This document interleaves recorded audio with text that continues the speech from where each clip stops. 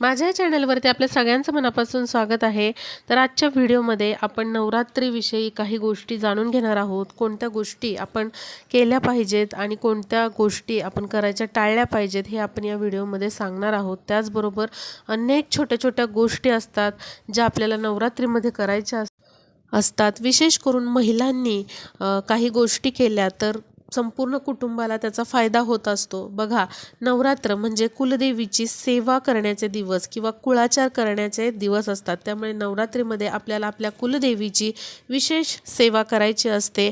हे आपल्याला 9 दिवस जे आहेत ते बिलकुल वाया घालवायचे नाहीत, कारण कुटुंबावरती काही संकट असेल, अडचणी असतील किंवा मग तुमच्या प्रगतीमध्ये अडथळे येत असतील तर या 9 दिवसामध्ये केलेली सेवा, कुलदेवीची सेवा कधीच वाया जात नाही। त्यामुळे अवश्य आपल्याला या 9 दिवसामध्ये विशेष अशी कुलदेवीची सेवा म्हणजेच कुळाचार करायचा असतो। आता यावर्षी 2023ला घटस्थापना आहे 15 ऑक्टोबर रोजी आणि दसरा आहे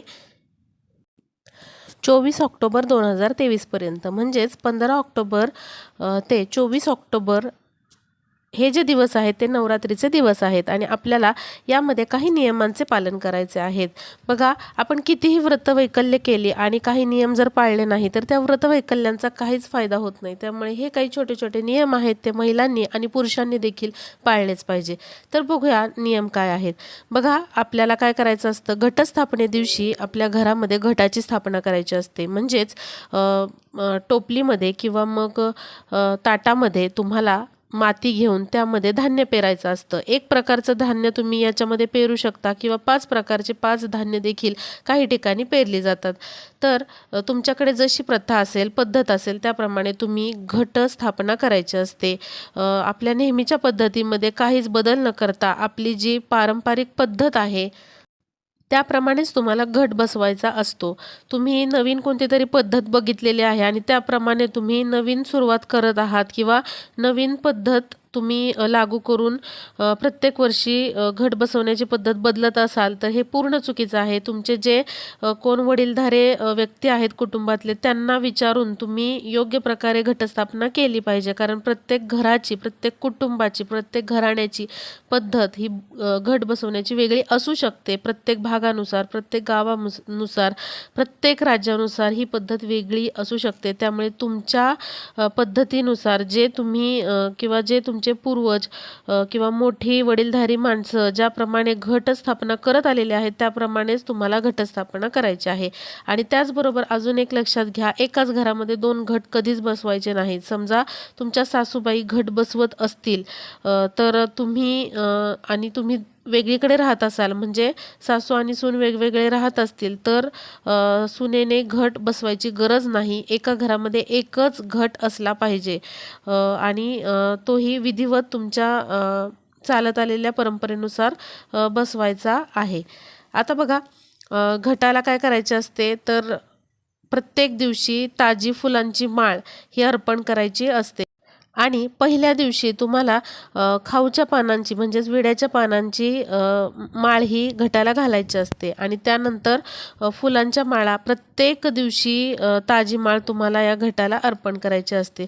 चुकून माकून जर तुमची ती फुलांची माळ घालायची राहिली तर दसऱ्या दिवशी तुम्ही राहिलेल्या सर्व माळा पूर्ण करून, समजा तुम्ही 5 फुलांची माळ करत असाल, 7 फुलांची माळ करत असाल किंवा 11 फुलांची माळ करत असाल तर त्या सर्व माळा तुम्हाला दसऱ्या दिवशी मात्र अर्पण करायच्या आहे। शक्यतो या माळा घालायला चुकवू नका, पण काही कारणाने समजा चुकलं तर तुम्हाला या पूर्ण करायच्या आहेत। आता बघा, घटस्थापनेबरोबरच जेव्हा आपण घरामध्ये, आपल्या देवघरामध्ये देवांची पूजा करतो त्याचबरोबर मंगल कलशाची स्थापना देखील तुम्ही अवश्य करायची आहे। आता घट बसवत असताना आपण त्यामध्ये मातीचं सुगडं आणि त्यावरती नारळ ठेवून ह्या घटाची स्थापना तर करतोच, पण त्याचबरोबर आपल्याला मंगल कलशाची स्थापना आपल्या देवघराच्या पायरीवरती करायची आहे। त्यासाठी तांब्याचा एक तांब्या घ्यायचा आहे आणि त्यामध्ये तुम्हाला काय करायचं आहे, स्वच्छ पाणी घेऊन हळद, कुंकू, अक्षदा, फूल वाहून त्यामध्ये 5 विड्याची पानं किंवा 5 आंब्याची पानं तुम्ही टाकायची आहेत आणि एक नवीन नारळ घेऊन तुम्हाला घटस्थापने दिवशी अशा प्रकारचा मंगल कलश तुमच्या देवाऱ्यामध्ये देवघरामध्ये स्थापन करायचं आहे। जर तुम्ही आधीपासूनच मंगल कलशाची स्थापना करत असाल तर काहीच हरकत नाही, तुम्ही नवीन पाणी या दिवशी याच्यामध्ये भरायचं आहे। जो कलश आहे तो स्वच्छ घासून पुसून घ्यायचा आहे आणि पुन्हा विधिवत तुम्हाला स्थापना करायची आहे। आणि जर तुम्ही याच्या आधी कधीच मंगल कलशाची स्थापना तुमच्या देवघरामध्ये केलेली नसेल तर आवर्जून अशी मंगल कलशाची स्थापना या घटस्थापने दिवशी करा। ते अतिशय मंगल असं समजलं जातं किंवा शुभदायी समजलं जातं। त्याचबरोबर बघा, घटस्थापने दिवशी आपल्याला आपल्या देवघरामधले जेवढे काही देव आहेत त्या सर्वांची छान अशी पूजा करायची आहे। देव स्वच्छ करून घ्यायचे आहेत आणि नंतर पूजा करायची आहे। आणि त्याचबरोबर प्रत्येक जे देव आहेत ते तुम्हाला काय करायचे आहेत, विड्याची पानं घ्यायची आहेत आणि प्रत्येक देव सेपरेट विड्याच्या पानावरती तुम्हाला तिथे ठेवायचे आहेत। आणि लक्षात घ्या, दसरा होईपर्यंत तुम्हाला हे देव हलवायचे नाहीत किंवा देवांना स्नान घालायचे नाही आहे। म्हणजे एकदा घट बसवले, आपण घटस्थापने दिवशी देवपूजा केली आणि सर्व देव विड्याच्या पानावरती ठेवल्यानंतर तुम्हाला काय करायचं आहे, देवांची पूजा करायची नाही दसरा होईपर्यंत। फक्त तुम्ही पूजा म्हणजे काय तर धूपदीप दाखवायचा आहे, अखंड दिवा तुम्हाला तेवत ठेवायचा आहे। नवरात्रीमध्ये अखंड दिव्याला अत्यंत महत्त्व आहे, त्यामुळे शक्य असेल तर तुम्ही अखंड दिवा प्रज्वलित करण्याचा प्रयत्न करा, पण देवांना स्नान मात्र घालायचे नाही। तुम्ही रोज आरती म्हणू शकता, देवीची आरती अवश्य तुम्हाला म्हणायची आहे। त्याचबरोबर श्री सुक्तमचा तुम्हाला पाठ करायचा आहे। जे काही तुम्हाला देवीची सेवा, कुलदेवीचा कुळाचार, कुलदेवीची सेवा करता येईल ते तुम्हाला करायचं आहे, मात्र तुम्हाला देवपूजा करायची नाही, हे तुम्ही लक्षात घ्या। त्याचबरोबर आपल्याला या नवरात्रीमध्ये केस कापायचे नाही आहेत, नखं कट करायची नाही आहेत। केस कापणे किंवा पुरुषांच्या बाबतीत दाढी करणे हे तुम्ही नवरात्र सुरू होण्याच्या आधीच करू शकता, मात्र तुम्हाला नवरात्र सुरू झाल्यानंतर अशा प्रकारे केस कापणे, दाढी करणे किंवा मग नखे कापणे अशा प्रकारचं कोणतंच काम करायचं नाही।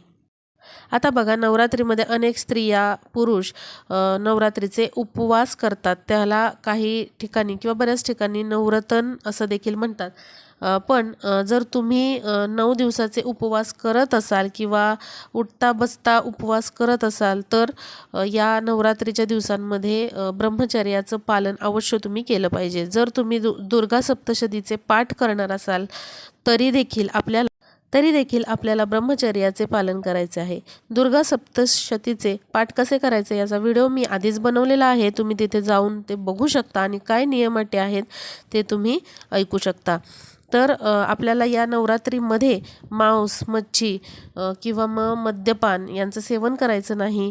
घरामध्ये तुम्ही स्वतः मांसाहार करू नका आणि घरातल्या सदस्यांना देखील करू देऊ नका। त्याचबरोबर बाहेर जाऊन देखील तुम्ही अशा पद्धतीने मांसाहार करणं टाळा, कारण नवरात्र म्हणजे आपल्या कुलदेवीचा कुळाचार असतो। आपण जी काही सेवा करत असतो ती आपल्या कुलदेवीसाठी करत असतो, त्यामुळे तिचे आशीर्वाद भरभरून मिळावेत म्हणून आपल्याला काहीच चूक करायची नाही। आता उपवासाच्या बाबतीत पण अनेक मला प्रश्न विचारले गेलेले आहेत। तर उपवास कसे करायचे नवरात्रीचे? तर बघा, उपवासाच्या 2 पद्धती यामध्ये आहेत। काही स्त्रिया, पुरुष हे नवरात्रीचे 9ही दिवस उपवास करतात, म्हणजे काही 9 दिवस किंवा 10 दिवसांचे उपवास असतात।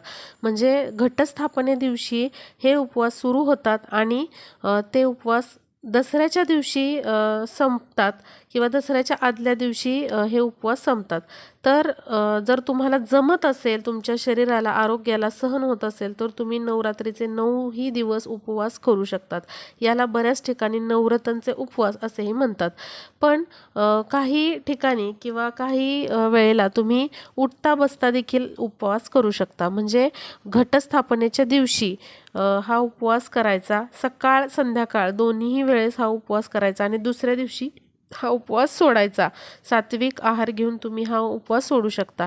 आणि हा असतो बसता उपवास। आणि उठता उपवास म्हणजे दसऱ्याच्या दिवशी किंवा दसऱ्याच्या आदल्या दिवशी काही महिला, पुरुष हा उपवास करतात आणि तो देखील सकाळ संध्याकाळ आपल्याला उपवास करायचा असतो आणि दुसऱ्या दिवशी तो उपवास सोडायचा असतो। तर उपवासाचे असे 2 प्रकार आहेत। तुमच्या आरोग्याला जर झेपत असेल तर तुम्ही उपवास करू शकता, पण बघा बऱ्याच ताई दादा मला प्रश्न विचारतात की आम्हाला घटस्थापना करायची आहे किंवा घटस्थापना केलेली आहे, पण आमच्या शरीराला उपवास सहन होत नाही किंवा आमचं छोटं बाळ आहे, तर उपवास करणं महत्त्वाचंच आहे का? तर तसं काहीही नाही. तुम्ही फक्त घटस्थापना देखील करू शकता. देवीची पूजा किंवा कुलदेवीची सेवा, कुळाचार करू शकता, रोज पूजा-अर्चा करू शकता. पण जर तुम्हाला उपवास जमत नसेल, तर तुम्ही नाही केला तरी चालेल. शेवटी मनातील खरा भाव, खरी श्रद्धा ही महत्त्वाची. उपवास हा महत्त्वाचा नाही. तर तुम्ही किती श्रद्धेने देवीची सेवा, कुळाचार करता हे खूप महत्त्वाचं आहे. जर तुम्ही या 9 दिवसामध्ये 9 दिवसाचे उपवास करणार असाल, तर तुम्हाला परान्न सेवन करायचं नाही. म्हणजे दुसऱ्याच्या हाताने बनवलेलं किंवा दुसऱ्यांच्या घराचं अन्न खायचं नाही. जर तुम्ही पूर्ण असं उपवास करणार असाल तर. पण तुमच्या घरामध्ये तुम्ही तुमच्या आईच्या हातचे, बहिणीच्या हातचे, बहिणीचं लग्न झालेलं नसेल, तर तुम्ही बहिणीच्या हातचे देखील खाऊ शकता.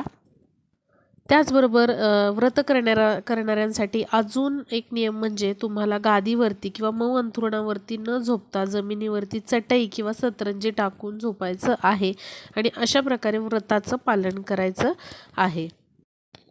आता जर तुमच्या घरी घट असेल, घटस्थापना केलेली असेल, तर आपल्याला घटासमोर अखंड दिवा हा प्रज्वलित करावा लागतो. यासाठी तुम्ही काय करायचं आहे, नवरात्र सुरू होण्याच्या आधी तुम्ही मोठ्या साईजचा जरासा दिवा घेऊन ठेवा. म्हणजे हा जो दिवा आहे तो जास्त वेळ चालेल. तर इथे तुम्ही तुपाचा किंवा मग तेलाचा वापर करू शकता. तुम्ही जे कोणतं तेल रोजच्या देवपूजेसाठी वापरतात ते तुम्ही वापरलं तरी चालेल किंवा संपूर्ण नवरात्रीसाठी तुम्ही सेपरेट असा तुपाचा डबा आणून ठेवा आणि त्याचा दिवा तुम्ही प्रज्वलित करू शकता. आता बघा, शक्यतो अखंड दिवा नवरात्रीमध्ये लावला जातो. त्यामुळे घर एकटं सोडून जाऊ नका. घरामध्ये कोणी ना कोणीतरी सदस्य, कुटुंबातील व्यक्ती ही असली पाहिजे, कारण नवरात्रीमध्ये अखंड दिवा प्रज्वलित करण्याला देखील खूप महत्त्व आहे. पण शहरी भागामध्ये जर सर्वजण जॉबला असतील आणि घरामध्ये कोणी असं सदस्य राहण्याची सोय नसेल, तर त्यांना सूट मिळू शकते. कारण जॉबला असल्यामुळे जॉबला जाणं गरजेचं आहे. त्यामुळे अखंड दिवा प्रज्वलित राहणं तेवढं अवघडच आहे. कारण जर घटस्थापना झालेली असेल घरामध्ये किंवा घट बसवलेले असतील आणि तुम्ही जॉबला असाल, तर अखंड ज्योत राहणं थोडंसं अशक्य आहे. त्यामुळे त्यांना सूट ही असते.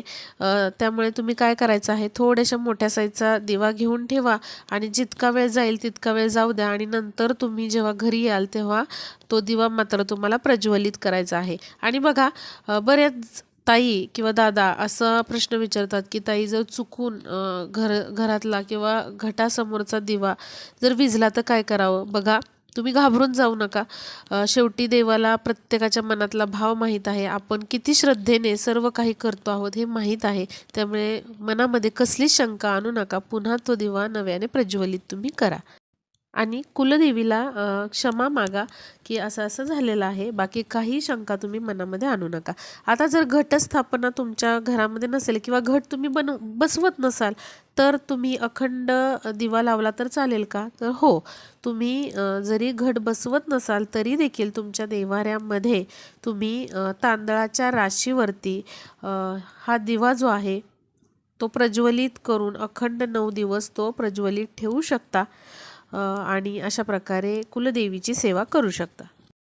आता बघा, नवरात्रीमध्ये बरेच जण देवदर्शनाला जातात किंवा देवींच्या दर्शनाला जातात. तर असे सर्व सदस्यांनी घर बंद करून आणि अखंड ज्योत चालू असताना तुमच्या घरात जर घट बसवलेले असतील, अखंड ज्योत सुरू असेल, तर सर्व सदस्यांनी कृपया जाऊ नका. कोणत्या तरी एका सदस्याने घरी थांबा. म्हणजे तो अखंड जो दिवा आहे तो सतत सुरू राहील. त्यामुळे आपल्याला पूर्ण कुटुंबातले सदस्य घेऊन किंवा घराला कुलूप लावून अखंड ज्योत सुरू असताना कुठेही जायचं नाही. एक तरी सदस्य हा घरात असलाच पाहिजे. आता समजा घट बसवल्यानंतर किंवा घट जर तुम्ही बसवत नसाल आणि तुम्ही अखंड ज्योत सुरू केलेली असेल किंवा लावलेली असेल आणि आत्ता सांगितल्याप्रमाणे घट जर तुमच्या घरात असतील, आणि जर तुम्हाला या दरम्यान किंवा या नवरात्रीमध्ये मासिक धर्म आलेला असेल, पिरियड्स आलेले असतील, तर तुम्ही घटाचं काहीच त्या स्त्रीने करू नये किंवा घटाचं जवळ जाऊ नये किंवा घटाला आपण जी माळ रोज अर्पण करत असतो ती त्या स्त्रीने बनवूही नये आणि त्या घटाला अर्पणही करू नये किंवा नैवेद्य देखील त्या स्त्रीने दाखवू नये.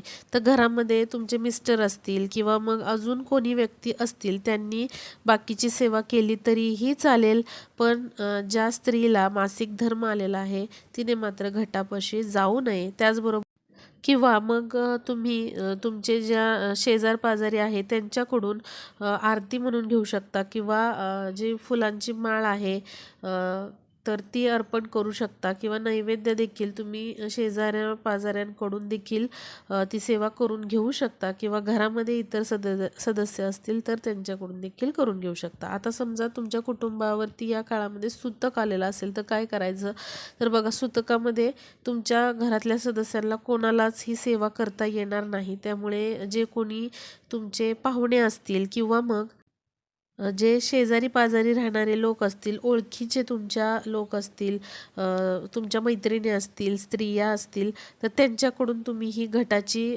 सेवा करून घ्या किंवा जी आरती आहे, नैवेद्य आहे, हा त्यांच्या घरून त्यांना बनवून आणायला सांगा.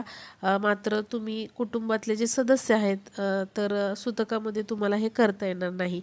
आता समजा बघा, आता काय समजा दसरा आलेला आहे आणि तरीही सुतक आहे, तर काय करायचं, जेवढी सेवा तुमच्याकडून घडलेली आहे तेवढी घडू द्या किंवा देवाला तुम्ही तशी क्षमा याचना करा की असं असं आमच्या कुटुंबावरती प्रॉब्लेम आलेला आहे किंवा समस्या आलेली आहे आणि सुतक पडल्यामुळे आम्ही हे असं असं करू शकलो नाही, तर जेवढी सेवा आमच्याकडून झालेली आहे तेवढी स्वीकार करा. आणि नंतर ती सुतक संपल्यानंतर तुम्ही काय करायचं आहे, तर घटाचं विसर्जन तुम्ही करू शकता.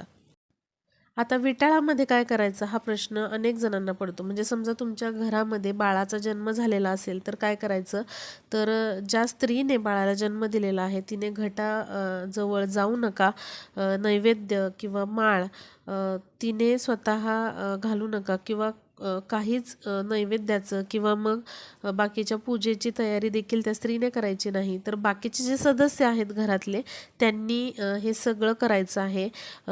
पुरुषांनी केलं तरीही चालेल, स्त्रियांनी केलं तरीही चालेल, दोघांनी करू शकतात. कारण जी स्त्री जिची डिलिव्हरी झालेली असते तर तिचं करण्यासाठी बाकीच्या स्त्रिया असतातच कोणीतरी, तर त्यांनी जरी केलं तरीही चालेल घटाची सेवा किंवा घरातल्या इतर सदस्यांनी केली तरीही चालेल. आणि जेव्हा बाळ जन्मल्यानंतर जेव्हा बारसं असतं म्हणजे 12 दिवस पूर्ण होतात त्यानंतर मात्र तुम्ही विधिवत म्हणजे ज्या स्त्रीने जन्म दिलेला आहे बाळाला ती स्त्री सेवा करू शकते.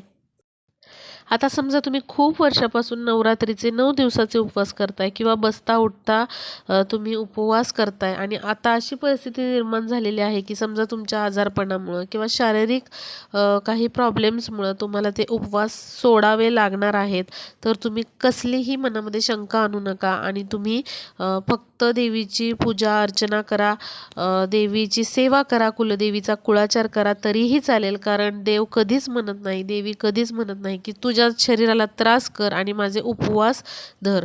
कारण जी आजारी व्यक्ती असते तिने असे कुठलेच उपवास न करता फक्त मनोभावे श्रद्धेने सेवा केली तरीही देवी ती स्वीकार करते. त्यामुळे अजिबात मनामध्ये शंका तुम्ही घेऊ नका. जर तुम्हाला तो सहन होत नसेल उपवास तर तो उपवास करू नका. त्याचबरोबर ज्या महिला गर्भवती आहेत, प्रेग्नंट आहेत त्यांनी देखील उपवास करू नका. कारण शरीराला त्रास करून जी सेवा आपण करतो त्याने देवही प्रसन्न होत नाही. त्यामुळे स्वतःच्या तब्येतीची काळजी घ्या आणि उपवास न करता देखील तुम्ही मनोभावे जमेल तेवढी सेवा देवीची या नवरात्रामध्ये करू शकता. आणि ज्यांचे छोटेसे बाळ आहे किंवा लहान मुलं आहेत त्यांनी देखील उपवास न करता फक्त देवीचा कुळाचार, देवीची सेवा या नवरात्रामध्ये केली तरीही चालू शकते. आता बघा, नवरात्रीमधला 8वा जो दिवस असतो तो अष्टमीचा दिवस असतो. त्यामुळे या अष्टमीच्या दिवशी अवश्य तुम्ही कन्यापूजन करा. कन्यापूजन म्हणजे काय, तर 5 वयोगट ते 10 वयोगटामधल्या मुली ज्या आहेत त्या त्या तुम्ही घरी बोलवा, त्यांचं पूजन करा, त्यांचे पाय धुवायचे आहेत आणि त्यांना जेवण तुम्ही करू शकता किंवा त्यांच्या आवडीचे पदार्थ करू शकता आणि त्यांना उपयोगाला येईल अशी वस्तू तुम्हाला भेट म्हणून त्यांना द्यायचं आहे. जसं की छोटासा रुमाल, टिकलीचं पॉकेट किंवा आणखीन काही वस्तू असतील त्या तुम्ही त्यांना द्यायच्या आहेत. तुम्हाला जमत असेल तर 5 तुम्ही अशा कन्या बोलवून कन्यापूजन करू शकता किंवा एक कन्या बोलवून तिचं पूजन तुम्ही करू शकता. अगदी छोट्या मुली जरी बोलवल्या तरीही चालू शकतात. पण अवश्य तुम्ही अष्टमीच्या दिवशी हे कन्यापूजन करा. काही जणी ह्या नवमीच्या दिवशी देखील कन्यापूजन करतात. त्याचबरोबर नवरात्रीमध्ये आपल्याला देवीला पुरणांचे दिवे देखील दाखवायचे आहेत. तर 9 दिवे तुम्ही बनवून देवीला असे दाखवू शकतात. त्याचबरोबर बऱ्याच ठिकाणी कडकनांची माळ देखील देवीला बनवून ती वाहिली जाते. तर ही कडकण्यांची माळ तुम्ही सप्तमीला बनवू शकता किंवा अष्टमीला बनवू शकता किंवा नवमीला बनवू शकता. जशी तुमची पद्धत असेल त्या दिवशी तुम्ही कडकण्यांची माळ जी आहे ती देवीला अर्पण करायची आहे.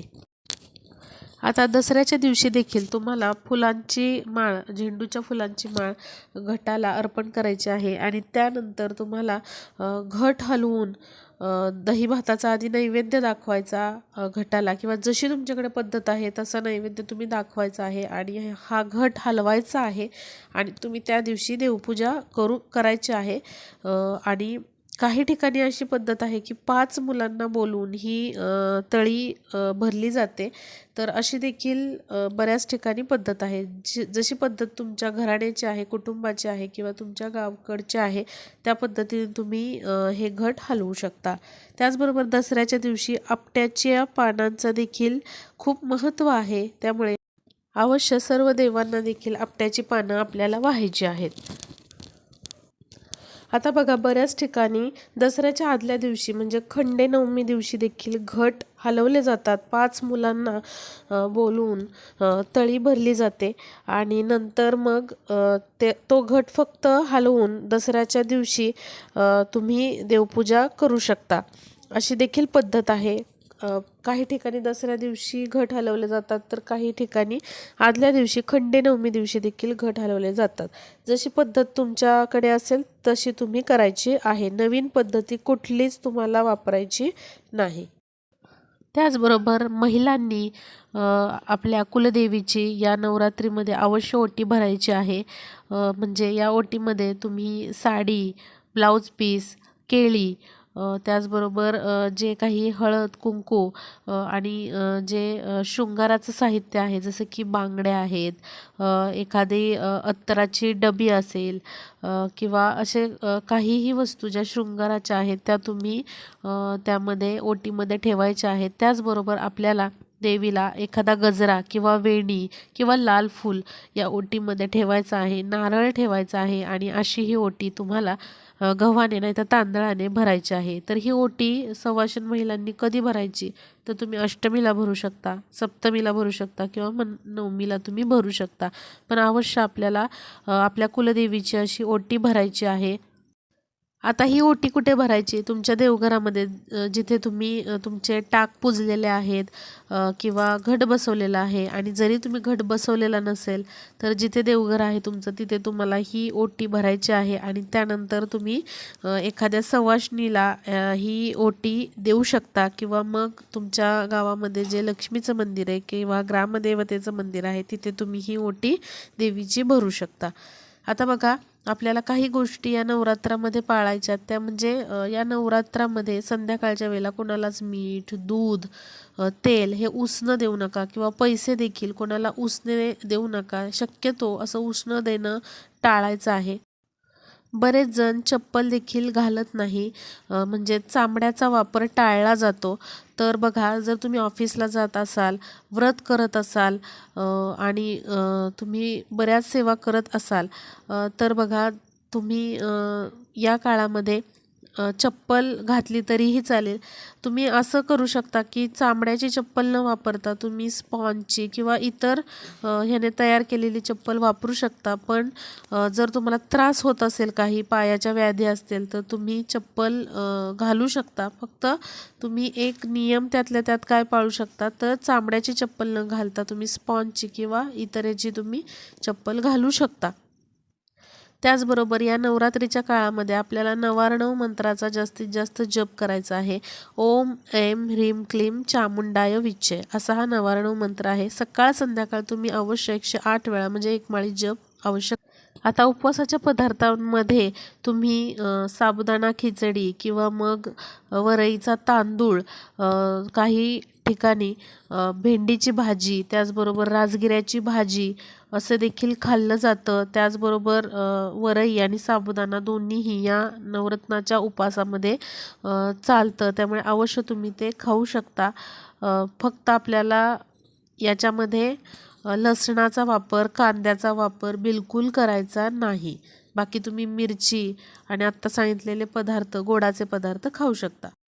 गोडाच्या पदार्थांमध्ये राजगिऱ्याचे लाडू, शेंगदाण्याचे लाडू, जे काही उपवासाला पदार्थ चालतात ते, आणि त्या व्यतिरिक्त मी आत्ता सांगितलं तुम्हाला भेंडी, राजगिऱ्याची भाजी, हे देखील तुम्ही या उपवासामध्ये किंवा व्रतामध्ये खाऊ शकता. बऱ्याच ठिकाणी तशी पद्धत देखील आहे. पण तुमच्या भागामध्ये जशी पद्धत आहे त्यानुसार तुम्ही उपवासाचे पदार्थ देखील खायचे आहेत. कारण प्रत्येक भागामध्ये प्रत्येक कुटुंबाची पद्धत ही वेगळी असते. त्यानुसार तुम्ही हे उपवास करायचे आहेत. त्याचबरोबर या नवरत्नाच्या काळामध्ये किंवा नवरात्रीमध्ये कुटुंबातील सदस्यांशी भांडण तंटे करू नका. कोणालाच अपशब्द बोलू नका. तसं इतर वेळी देखील घरामध्ये भांडण तंटे करूच नये. पण या नवरात्रामध्ये आपल्या घरी देवीचं आगमन झालेलं असतं. त्यामुळे आपल्या घरामध्ये शक्यतो वाद होणार नाहीत, भांडणे होणार नाही याची काळजी घ्या. सर्वांशी प्रेमाने वागा, कोणाविषयी अपशब्द काढू नका. तर हे काही नियम आणि अटी होत्या ज्या मला तुम्हाला सांगायच्या होत्या की नवरात्रीमध्ये आपण याचे अवश्य पालन केले पाहिजे. आपल्या जीवाला जपून, आपल्या आरोग्याला जपून तुम्ही हे व्रत करा. नक्कीच तुम्हाला याचं फळ मिळेल. आणि अगदी कडक उपवास जर तुम्हाला जमत नसतील तर ते कृपया करून तुम्ही असं व्रत करू नका. फक्त मनोभावे श्रद्धेने तुम्ही देवीचा कुळाचार करा, सेवा करा. देवी ती अतिशय चांगल्या स्वीकार करते आणि आपल्या कुटुंबाला भरभरून आशीर्वाद देते. त्याचबरोबर अजून एक गोष्ट मला सांगायची आहे की जेव्हा तुम्ही कन्यापूजन करता तेव्हा अशा कन्यांना बोलवा की ज्यांचा अजून मासिक धर्म सुरू झालेला नाही, म्हणजे पिरियड सुरू झालेला नाही. अशा छोट्या मुलींना तुम्ही कन्यापूजनासाठी शक्यतो बोलवावे. तर जास्तीत जास्त व्हिडिओ हा तुमच्या मैत्रिणींना शेअर करा, म्हणजे त्यांना देखील नवरात्रीचे हे नियम कळतील. आणि आपला हा व्हिडिओ युजफुल ठरेल. भेटूया पुढच्या व्हिडिओमध्ये अशीच काही नवीन माहिती घेऊन.